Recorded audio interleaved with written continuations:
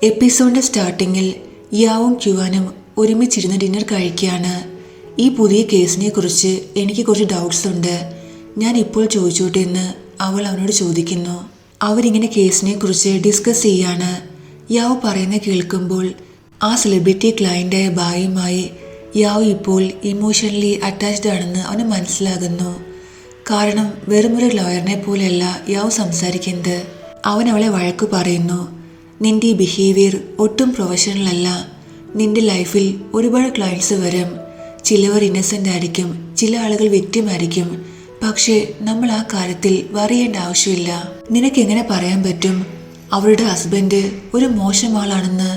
നീ എന്താ അവരുടെ ലൈഫ് എങ്ങനെയായിരുന്നു കണ്ടിട്ടുണ്ടോ? എല്ലാ ആളുകളും അവരുടെ ഭാഗത്ത് നോക്കുമ്പോൾ ശരിയായിരിക്കും. നമുക്കൊരിക്കലും അവരെ ജഡ്ജ് ചെയ്യാൻ പറ്റില്ല. നീ ഇതുപോലെ ഏതെങ്കിലും കേസിൽ ഇമോഷണലി അറ്റാച്ച് ആകുകയാണെങ്കിൽ അത് ഒരുപാട് അൺപ്രൊഫഷണലാണ്. ഞാൻ ഒരിക്കലും ഇത് സജസ്റ്റ് ചെയ്യില്ല. അങ്ങനെ ക്യുവാൻ അവളെ കുറെ വഴക്ക് പറയുന്നുണ്ട്. ഇങ്ങനെ വഴക്ക് പറയുമ്പോൾ അവൻ ഒരുപാട് റൂഡായിട്ട് അവളോട് സംസാരിക്കുകയും ചെയ്യുന്നു. ഇത് കേട്ട് യാവു സാഡ് ആകുന്നു. അവൾ അവിടുന്ന് എണീറ്റ് പോകുന്നുണ്ട്. നെക്സ്റ്റ് സീനിൽ ലീജിൻ ചെൻസിക്ക് വീക്കെൻഡിൽ അവൻ്റെ കൂടെ ഔട്ടിങ്ങിന് വരാൻ വേണ്ടി ഇൻവൈറ്റ് ചെയ്യുന്നു. താനും യാവും അമ്യൂസ്മെന്റ് പാർക്കിൽ പോവുകയാണെന്ന് അവൾ പറയുന്നുണ്ട്. ഇത് കേട്ട് യാവുവിൻ്റെ സ്ഥാനത്ത് എങ്ങനെയെങ്കിലും താൻ പോകാൻ വേണ്ടിയുള്ള പ്ലാനിങ് അവൻ ചെയ്യുന്നു. അവൻ നേരെ വരുന്നത് ക്യുവാൻ്റെ അടുത്താണ്. നാളെ ലോയേഴ്സ് അസോസിയേഷൻ്റെ ഒരു മീറ്റിംഗ് ഉണ്ട്, നീ അതിന് പോകുന്നത് ബെറ്റർ ആയിരിക്കും എന്ന് ലീജൻ പറയുമ്പോൾ, ഇതുപോലുള്ള മീറ്റിംഗ്സ് ഞാൻ എൻ്റർടൈൻ ചെയ്യാറില്ലെന്ന കാര്യം നിനക്ക് നന്നായിട്ട് അറിയാവുന്നതല്ലേ? അല്ലെങ്കിൽ തന്നെ ഈ മീറ്റിംഗ്സിന് നമുക്ക് പണമൊന്നും കിട്ടാറില്ലെന്നും അവൻ പറയുന്നു. ഇത് കേൾക്കുമ്പോൾ ലീജൻ ഇവിടെ തൻ്റെ കണ്ണിനെസ് യൂസ് ചെയ്യുന്നു. അവൻ മനഃപൂർവ്വം ക്യുവാനോട്, ലോയേഴ്സ് അസോസിയേഷൻ്റെ പ്രസിഡൻ്റായ സ്റ്റെങ് എന്നോട് പറഞ്ഞിട്ടുണ്ടായിരുന്നു നമ്മുടെ ഫേമിന്ന് ഏതെങ്കിലും ന്യൂ ലോയറിനെ വിടാൻ. അങ്ങനെ ആകുമ്പോൾ ഫ്യൂച്ചറിൽ അവർക്ക് ഈ കണക്ഷൻസ് എല്ലാം ഒരുപാട് യൂസ്ഫുൾ ആയിരിക്കുമെന്ന്. അതുകൊണ്ട് ഞാൻ യാവുവിനെ വിടാൻ പ്ലാൻ ചെയ്യുകയാണെന്ന് ലീജൻ പറയുമ്പോൾ, യാവു ഒരു ഇന്നസെൻറ്റ് ഗേൾ ആണെന്നും ഇതുപോലുള്ള പാർട്ടിക്ക് പോവുകയാണെങ്കിൽ അവൾ ഒരു ഷോ പീസായി മാറുമെന്നും ക്യുവാൻ നന്നായിട്ട് അറിയാമായിരുന്നു. എന്തായാലും കുറേ നാളായി നീ എന്നോട് ആവശ്യപ്പെടുകയല്ലേ, ഇത്തവണ ഞാൻ പോകാമെന്ന് ക്യുവാൻ സമ്മതിക്കുന്നു. എല്ലാ ഫേമിൽ നിന്നും ഒരു ഫീമെയിലും മെയിൽ ലോയറും വരണം എന്ന് അവർ ആവശ്യപ്പെടുന്നത്. സോ നീ എന്തായാലും യാവുവിനെ കൂട്ടി പോകാൻ ലീജൻ പറയുന്നു. നെക്സ്റ്റ് സീനിൽ യാവ് വീട്ടിലേക്ക് വരുമ്പോൾ അവളുടെ കയ്യിൽ ഒരു ബൊക്കെ ഉണ്ടായിരുന്നു. ക്യുവാൻ വിചാരിക്കുന്നത് തനിക്ക് വേണ്ടിയാണ് യാവു ഇത് കൊണ്ടുവന്നതെന്നാണ്. ഇത് താങ്കൾക്ക് വേണ്ടിയല്ല, വീട് ഡെക്കറേറ്റ് ചെയ്യാൻ ഞാൻ വാങ്ങിയതാണെന്ന് അവൾ പറയുന്നു. 9 മണിക്ക് ലോയേഴ്സ് അസോസിയേഷൻ്റെ ഒരു ഇവൻ്റ് ഉണ്ട്, എൻ്റെ കൂടെ നീയും വരണം എന്ന് അവൻ പറയുന്നു. പക്ഷെ യാവുനാകട്ടെ തൻ്റെ സിസ്റ്ററിൻ്റെ കൂടെ ഒരു അപ്പോയിൻമെൻ്റ് ഉണ്ടായിരുന്നു. അവൾ മനസ്സിൽ ഇത്രയും വലിയ ഇവൻറ്റിൽ പങ്കെടുക്കാനുള്ള അവസരം എപ്പോഴും കിട്ടില്ല, സോ ഈ സിറ്റുവേഷൻ മിസ്സാക്കരുതെന്ന് സ്വയം പറയുന്നു. അവൾ ജെൻസിയെ വിളിച്ച് തനിക്ക് ലോയേഴ്സ് അസോസിയേഷൻ്റെ ഒരു ഇവൻറ്റിൽ പങ്കെടുക്കണമെന്നും അതുകൊണ്ട് ഇന്ന് വരാൻ പറ്റില്ലെന്ന കാര്യം പറയുന്നു. ജെൻസി ഓൾറെഡി അമ്യൂസ്മെന്റ് പാർക്കിൽ എത്തിയിട്ടുണ്ടായിരുന്നു. അവൾക്ക് നിരാശയാകുന്നുണ്ട്. പോകുന്നതിന് മുന്നേ ഒരു സെൽഫി എടുക്കാമെന്ന് അവൾ വിചാരിക്കുന്നു. സോ അവൾ ഫോട്ടോ എടുക്കുമ്പോൾ അവളുടെ ഫോട്ടോയിൽ ലീജനും വന്ന് നിൽക്കുന്നു. ജെൻസിയുമായി ടൈം സ്പെൻഡ് ചെയ്യാനുള്ള ലീജന്റെ പ്ലാൻ ആയിരുന്നല്ലോ ഇതെല്ലാം. അവൾ ഈ കാര്യം അവനോട് ചോദിക്കുന്നുണ്ട്. പെട്ടെന്ന് യാവുന് മീറ്റിങ്ങിന് പോകേണ്ടി വന്നത് നീ കാരണമാണോന്ന്. തനിക്കിതിനെക്കുറിച്ച് ഒന്നും അറിയില്ലെന്നും അവർ മീറ്റ് ചെയ്ത് ആക്സിഡൻ്റലി ആണെന്ന പോലെ അവൻ ആക്ട് ചെയ്യുന്നു. നെക്സ്റ്റ് സീനിൽ ക്യുവാനും യാവും ആ പാർട്ടിക്ക് വന്നിട്ടുണ്ടായിരുന്നു. പക്ഷേ ക്യുവാൻ നിൽക്കുന്ന കണ്ടാല് ഈ പാർട്ടിയുമായിട്ട് അവന് ഒരു ബന്ധമില്ലാത്ത പോലെയാണ്. പാർട്ടിയിൽ എത്തിക്കഴിഞ്ഞ് അവൻ ഒരു കാര്യം മനസ്സിലാകുന്നത് ഇത് ഒരു പ്രൊഫഷണൽ പാർട്ടിയല്ല, പകരം സിംഗിൾ ലോയേഴ്സിന്റെ മാച്ച് മേക്കിംഗ് പാർട്ടിയാണ്. ഇത് അറിഞ്ഞ ഉടനെ അവൻ ലീജനെ കോൾ ചെയ്യുന്നുണ്ട്. ക്യുവാൻ തന്നെ വിളിക്കുന്നത് വഴക്ക് പറയാനാണെന്ന് മനസ്സിലാക്കുന്ന ലീജൻ സിഗ്നൽ ഇല്ലെന്ന് കള്ളം പറഞ്ഞ് കോള് കട്ട് ചെയ്യുന്നുണ്ട്. പാർട്ടിയിലെ ഫസ്റ്റ് ടാസ്ക് എന്ന് പറയുന്നത് മെയിലും ഫീമെയിലും ഓപ്പോസിറ്റ് ഇരിക്കണം, എന്നിട്ട് പരസ്പരം സംസാരിച്ച് പരസ്പരം മനസ്സിലാക്കാൻ ശ്രമിക്കണം. ക്യുവാനെ പോലെ ഒരു ഫേമസും ഹാൻഡ്സുമായ ലോയർ പാർട്ടിയിലെത്തിയപ്പോൾ തന്നെ കുറെ ഫീമെയിൽ ലോയേഴ്സ് അവനെ ശ്രദ്ധിച്ചിട്ടുണ്ടായിരുന്നു. ഓരോ ഗേൾസും അവൻ്റെ ഓപ്പോസിറ്റിൽ വന്നിരിക്കുമ്പോൾ താങ്കൾക്ക് എങ്ങനെയുള്ള ഗേളിനെ ഇഷ്ടമെന്ന് ചോദിക്കുന്നു. പക്ഷെ ക്യുവാനാകട്ടെ റൂഡായിട്ട് ഓപ്പോസിറ്റ് ഇരിക്കുന്ന ഗേളിൻ്റെ ക്വാളിറ്റീസ് എന്താണോ അതിൻ്റെ ഓപ്പോസിറ്റ് പറയുന്നുണ്ട്. ലൈക്ക് ലെങ്തി ഹെയർ ഉള്ള ഗേൾ ആണെങ്കിൽ എനിക്ക് ഷോർട്ട് ഹെയർ ഉള്ള ഗേളിനെ ഇഷ്ടം, ഷോർട്ട് ഹെയർ ആണെങ്കിൽ എനിക്ക് ലെങ്തി ഹെയർ ഉള്ള ഗേളിനെ ഇഷ്ടം. അതും അവൾ ഒരിക്കലും മുടി വെട്ടാൻ പാടില്ല. ഗേള് റൗണ്ട് ഫേസ് ആണെങ്കിൽ തനിക്കിഷ്ടം ഓവൽ ഫേസ് ആണെന്ന് പറയുന്നു. ഗേള് തിന്നാണെങ്കിൽ തനിക്ക് വണ്ണമുള്ള പെൺകുട്ടി ഇഷ്ടം എന്ന് പറയുന്നു. ഇങ്ങനെ അവൻ്റെ ഐഡിയൽ ടൈപ്പ് മാറ്റി മാറ്റി പറഞ്ഞുകൊണ്ടേയിരിക്കുന്നു. ഇങ്ങനെ ഓരോ ഗേൾസിനെയും ഇൻഡയറക്റ്റ് ആയിട്ട് അവൻ റിജക്റ്റ് ചെയ്യുന്നുണ്ട്. താങ്കളുടെ ഡ്രീം എന്താണെന്ന് ഒരു ഗേൾ ചോദിക്കുമ്പോൾ തൻ്റെ ഗേൾ ഫ്രണ്ട് കൂടെ ഓവർ ടൈം ചെയ്യാനാണെന്ന് വരെ അവൻ പറയുന്നു. ഇങ്ങനെ ക്യുവാൻ്റെ ഈ ബാഡ് ബിഹേവിയറോടെ ഇവന്റിൽ അവൻ അൺപോപ്പുലർ ആകുന്നുണ്ട്. മാത്രമല്ല ക്യുവാൻ്റെ ഈ റൂഡ് ബിഹേവിയറിനെ കുറിച്ചുള്ള കംപ്ലൈൻറ്റ് ലീജിൻ്റെ പക്കൽ വരെ എത്തുന്നു. ലീജിൻ അവനെ കോൾ ചെയ്യുന്നുണ്ട്. ദയവ് ചെയ്ത് നമ്മുടെ ജുൻഹൻ ലോ ഫേമിൻ്റെ റെപ്യൂട്ടേഷൻ നീയായിട്ട് കളയരുത്. കുറച്ച് മയമായി സംസാരിക്കാൻ പറയുന്നുണ്ട്. ഇപ്പോൾ ക്യുവാൻ്റെ അവസരമായിരുന്നു. സിഗ്നൽ കിട്ടുന്നില്ലെന്ന് പറഞ്ഞ് അവൻ കോൾ കട്ട് ചെയ്യുന്നു. ഇവന്റിൽ നെക്സ്റ്റ് ഉള്ളത് റോയിങ് കോമ്പറ്റീഷൻ ആയിരുന്നു.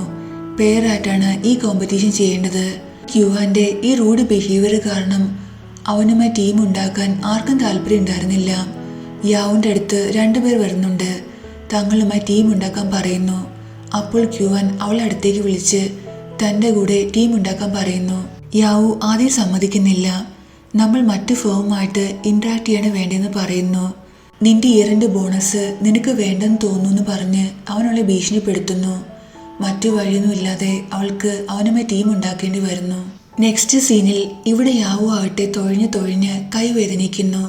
പക്ഷേ നമ്മുടെ ഹീറോ ഒരു രാജാവിനെ പോലെ ഒന്നും ചെയ്യാതിരിക്കുകയാണ്. അവൾ ആകെ ടയേർഡാകുന്നുണ്ട്. ഫിസിക്കൽ എക്സസൈസിൻ്റെ ഇമ്പോർട്ടൻസിനെ കുറിച്ചെല്ലാം അവൾ അവനോട് പറയുന്നു. ഇതൊക്കെ ചെയ്യുകയാണെങ്കിൽ താങ്കളുടെ മസിൽസിന് ഒരുപാട് നല്ലതാണെന്നൊക്കെ പറയുന്നുണ്ട്. ഇതുപോലുള്ള യൂസ്ലെസ് കോമ്പറ്റീഷൻസ് തോറ്റാലും എനിക്കൊരു കുഴപ്പമില്ല. ഇത് കേസൊന്നും അല്ലല്ലോ എന്ന് ക്യുവാനും പറയുന്നു. യാവു ഇങ്ങനെ കഷ്ടപ്പെട്ട് തുഴയുമ്പോൾ അവളുടെ കയ്യിലെ തുഴയുന്ന സാധനം വെള്ളത്തിലേക്ക് വീഴുന്നു. അതെടുക്കാൻ അവൾ ശ്രമിക്കുമ്പോൾ അവൾ മുന്നോട്ട് വീഴാൻ തുടങ്ങുന്നുണ്ട്. അവളെ രക്ഷിക്കാൻ ക്യുവാൻ ശ്രമിക്കുമ്പോൾ അവൻ വെള്ളത്തിലേക്ക് വീഴുന്നു. അവനാകട്ടെ വെള്ളത്തിൽ കിടന്ന് സ്വിമ്മിങ് അറിയാത്തൊരാളെ പോലെ കൈകാലിട്ടടിക്കുന്നു. ഇത് കണ്ട് തൻ്റെ ബോസിനെ രക്ഷിക്കാൻ യാവു വെള്ളത്തിലേക്ക് ചാടുന്നുണ്ട്. നെക്സ്റ്റ് സീനിൽ 2 പേരും ഫുൾ നനഞ്ഞ് ഒരു ബെഞ്ചിലിരിക്കുകയാണ്. ക്യുവാൻ അവളെ കുറെ വഴക്ക് പറയുന്നുണ്ട്. എൻ്റെ ദേഹത്ത് ലൈഫ് ജാക്കറ്റ് ഉണ്ടായിരുന്നു, എനിക്കൊന്നും പറ്റില്ല, നിനക്ക് ബോധമില്ലെന്നൊക്കെ ചോദിക്കുന്നു. യാവു വിചാരിക്കുന്നത് തന്നെ രക്ഷിക്കാൻ വേണ്ടി തൻ്റെ ബോസ് സ്വന്തം ജീവൻ പോലും പണയം വെച്ചെന്നാണ്. അങ്ങനെ ഒരു കാര്യവുമില്ല, നീ ഇതുപോലുള്ള പകൽ സ്വപ്നം കാണാൻ നിർത്താൻ ക്യുവാൻ അവളോട് പറയുന്നു. എത്രയും പെട്ടെന്ന് ഇവിടെ അടുത്ത് ഏതെങ്കിലും ഹോട്ടൽ ബുക്ക് ചെയ്യാൻ ക്യുവാൻ പറയുമ്പോൾ യാവു പെട്ടെന്ന് സ്വയം കവർ ചെയ്ത് നോ സാർ, ഇതൊരിക്കലും നടക്കില്ലെന്ന് പറയുന്നു.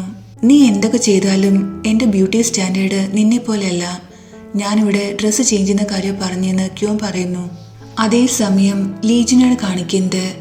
ലീജിൻ ചെൻസിയുടെ കൂടെ ഒരു ഗോസ്റ്റ് ഹൗസിൽ കയറാൻ പോകുന്നു.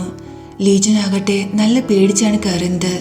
അവന് പ്രോപ്പറായിട്ട് നടക്കാൻ പോലും പറ്റുന്നില്ല പേടി കാരണം. താൻ ഇത്ര പേടിത്തൊണ്ടനാണെന്ന് തൻ്റെ ക്രഷിൻ്റെ മുന്നിൽ അവന് കാണിക്കാനും പറ്റില്ല.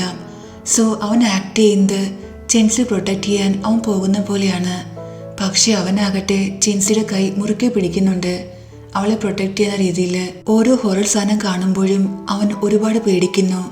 ലാസ്റ്റ് എല്ലാം കഴിഞ്ഞ് ഗോസ്റ്റ് ഹൗസിൽ നിന്ന് ഇറങ്ങുന്ന ലീജിൻ്റെ ഫേസ് ദേ ഇതുപോലെയാണ്.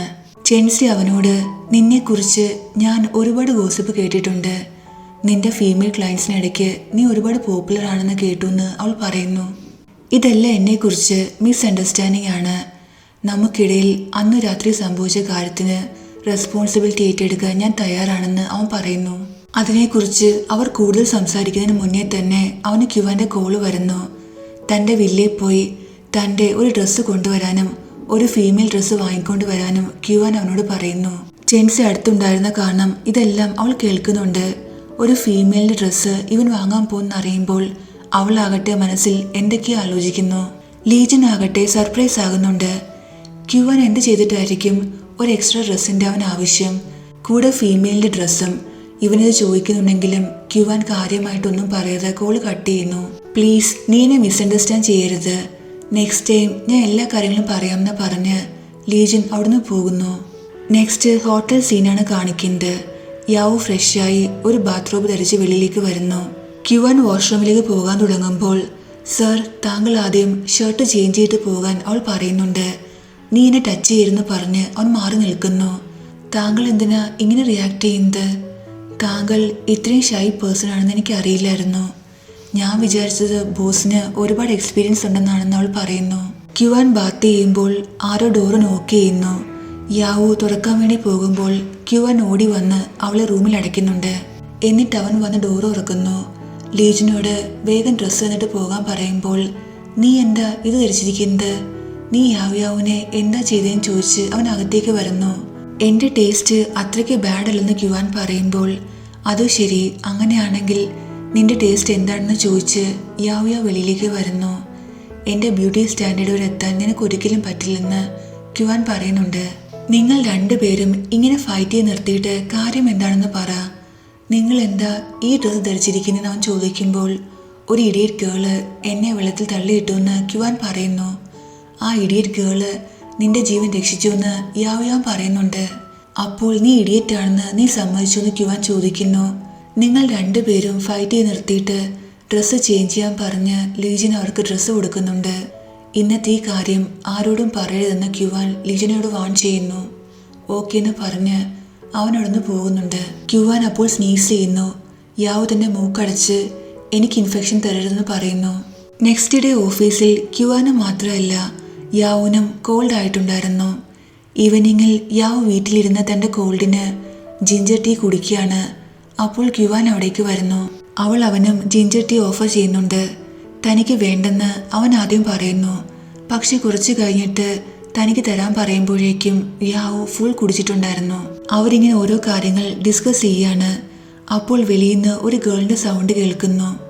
അവൾ ക്യുവാൻ്റെ പേരാണ് വിളിക്കുന്നത്. യാവു കഥ തുറക്കാൻ പോകുമ്പോൾ ഇവൾ ഇഗ്നോർ ചെയ്യാൻ പറഞ്ഞ് ക്യുവാൻ പെട്ടെന്ന് തൻ്റെ സാധനങ്ങളിൽ എടുത്തുകൊണ്ട് റൂമിലേക്ക് പോകുന്നു. ക്യുവാൻ്റെ ബിഹേവിയർ കാണുമ്പോൾ ഇവൾ എന്തായാലും ക്യുവാൻ്റെ എക്സ് ഗേൾഫ്രണ്ട് ആയിരിക്കുമെന്ന് യാവു ഉറപ്പാക്കുന്നു. അവൾ പോയി കഥ തുറക്കുന്നു. കാരണം ക്യുവാൻ്റെ എക്സ് ഗേൾഫ്രണ്ട് എങ്ങനെ ഇരിക്കുന്നതെന്നും അവൾ ആരാണെന്നും അറിയാൻ യാവു ഒരുപാട് ക്യൂരിയസ് ആയിരുന്നു. അപ്പോൾ ക്യുവാൻ ആ ഗേളിന് മെസ്സേജ് അയക്കുന്നുണ്ട്. പ്ലീസ് എൻ്റെ ഗേൾഫ്രണ്ടിനെ നീ ശല്യപ്പെടുത്തരുത്. ഞങ്ങൾ രണ്ടുപേരും പരസ്പരം ഒരുപാട് സ്നേഹിക്കുന്നുണ്ട്. ഞങ്ങൾ ലീവ് ഇൻ റിലേഷൻഷിപ്പിലാണെന്നും പറയുന്നു. യാവു ക്യുവാൻ്റെ ഗേൾഫ്രണ്ട് ആണെന്ന് അറിഞ്ഞ് ജലസ് ആകുന്ന ആ ഗേള് ക്യുവാനുമായി ഫൈറ്റ് ചെയ്യുന്നുണ്ട്. ഞങ്ങൾ ലവേഴ്സ് അല്ല, ഹൗസ് മേറ്റ്സ് മാത്രമാണെന്ന് യാവു അവളെ പറഞ്ഞ് മനസ്സിലാക്കാൻ ശ്രമിക്കുന്നുണ്ടെങ്കിലും ക്യുവാൻ സ്വയം പറഞ്ഞ സ്ഥിതിക്ക് അവൾ വിശ്വസിക്കാൻ തയ്യാറാകുന്നില്ല. ക്യുവാൻ എന്നോട് എല്ലാ കാര്യങ്ങളും പറഞ്ഞു. നിങ്ങളുടെ മാരേജ് കഴിഞ്ഞിട്ടില്ലല്ലോ, അതുകൊണ്ട് എനിക്കിപ്പോഴും അവസരമുണ്ട്. ഞാൻ അവസാനം വരെ ഫൈറ്റ് ചെയ്യും. എൻ്റെ പേര് ഡോങ് എന്നാണ്. ഞാൻ ഒരിക്കലും ക്യുവാനെ മറ്റൊരാളുടെ സ്വന്തമാകാൻ സമ്മതിക്കില്ലെന്ന് അവൾ പറയുന്നു. എന്നിട്ട് യാവുനെ വോൺ ചെയ്ത ശേഷം അവിടുന്ന് പോകുന്നുണ്ട്. യാവുനാകട്ടെ കാര്യം മനസ്സിലാകുന്നില്ല. അവൾ ക്യുവാൻ്റെ അടുത്ത് പോയി താങ്കൾ എന്തിനാ അവളോട് ഞാൻ താങ്കളുടെ ഗേൾഫ്രണ്ട് ആണെന്ന് പറഞ്ഞത്? നമ്മൾ ഹൗസ് മേറ്റ്സ് ആണെന്ന സത്യം പറയാതെ താങ്കൾ അവൾക്ക് റോങ് മെസ്സേജ് അയച്ച് എന്തിനാണെന്ന് അവൾ ചോദിക്കുന്നു. കാരണം എനിക്ക് ഉറപ്പായിരുന്നു ഞാൻ നിന്നോട് ഡോർ തുറക്കരുതെന്ന് പറഞ്ഞാലും നീ ഡോർ തുറക്കുമെന്ന്. ഇപ്പോൾ എനിക്ക് മനസ്സിലായി താങ്കൾ എന്തിനാണ് ഇത്രയും ചെറിയ വീട്ടിൽ എൻ്റെ കൂടെ ഷെയർ ചെയ്ത് ജീവിക്കുന്നതെന്ന്. താങ്കൾ ഈ ഗേളിനെ പേടിച്ചല്ലേ ഇങ്ങനെ ചെയ്തത്. പക്ഷെ അവൾക്കിപ്പോൾ ഈ അഡ്രസ്സ് മനസ്സിലായി. ഇനി ഇവിടെ രക്ഷയില്ല. താങ്കൾ എന്ത് ചെയ്യുമെന്ന് യാവു ചോദിക്കുമ്പോൾ അങ്ങനെ ഒരു കാര്യമില്ല. ഇവൾ എൻ്റെ ഒരു ക്ലയൻ്റെ ഡോട്ടറാണ്. എന്നെ പെർസ്യൂ ചെയ്തു, ഞാൻ ഇവളെ റിജക്റ്റ് ചെയ്തു. പക്ഷെ ഇവളാകട്ടെ വിടാൻ കൂട്ടാക്കുന്നില്ല. എനിക്കൊരു വില്ലയുണ്ട്. എൻ്റെ ഫേമിനടുത്തായതുകൊണ്ടാണ് ഞാൻ ഈ അപ്പാർട്ട്മെൻറ്റും റെന്റിനെടുത്തതെന്ന് അവൻ പറയുന്നു. നെക്സ്റ്റ് സീനിൽ യാവു കുറേ ഫയൽസ് ചെക്ക് ചെയ്യാണ്. അപ്പോൾ അവൾക്ക് ഒരു ഫയലിൽ കുറച്ച് റീഫണ്ടും മറ്റുമായിട്ട് എന്തൊക്കെയോ കൺഫ്യൂഷൻ തോന്നുന്നു. അതൊരു സൈക്കാട്രിസ്റ്റിൻ്റെ ഫയലായിരുന്നു. അവൾ ആ നമ്പറിലേക്ക് കോൾ ചെയ്യുന്നുണ്ട്. എന്നിട്ട് താൻ ക്യുവാൻ്റെ അസിസ്റ്റൻ്റ് ആണെന്ന കാര്യം അവൾ പറയുന്നു. ക്യുവാൻ തൻ്റെ ഇൻസോമിയ ട്രീറ്റ് ചെയ്യാൻ വേണ്ടി ആ സൈക്കാട്രിസ്റ്റിനെ കൺസൾട്ട് ചെയ്താണെന്ന് അവൾക്ക് മനസ്സിലാകുന്നു. തന്നെ ഒരുപാട് ഇൻസൾട്ട് ചെയ്തിട്ടാണ് ക്യുവാൻ പോയത്. താൻ ഇനി ഒരിക്കലും അവനെ ട്രീറ്റ് ചെയ്യില്ലെന്ന് ആ സൈക്കാട്രിസ്റ്റ് പറയുന്നുണ്ട്. ഇതെല്ലാം കേൾക്കുമ്പോൾ യാവുന് കാര്യം മനസ്സിലാകുന്നുണ്ട്. ക്യുവാൻ തന്നോട് കുക്ക് ചെയ്യുമ്പോൾ പാട്ടുപാടാൻ പറഞ്ഞത് ഉറങ്ങാൻ വേണ്ടിയായിരുന്നു എന്ന്. അതിൻ്റെ അർത്ഥം ബോസ് തന്നെ ഒരു ഡ്രഗായി യൂസ് ചെയ്യായിരുന്നു എന്ന് അവൾ സ്വയം പറയുന്നു.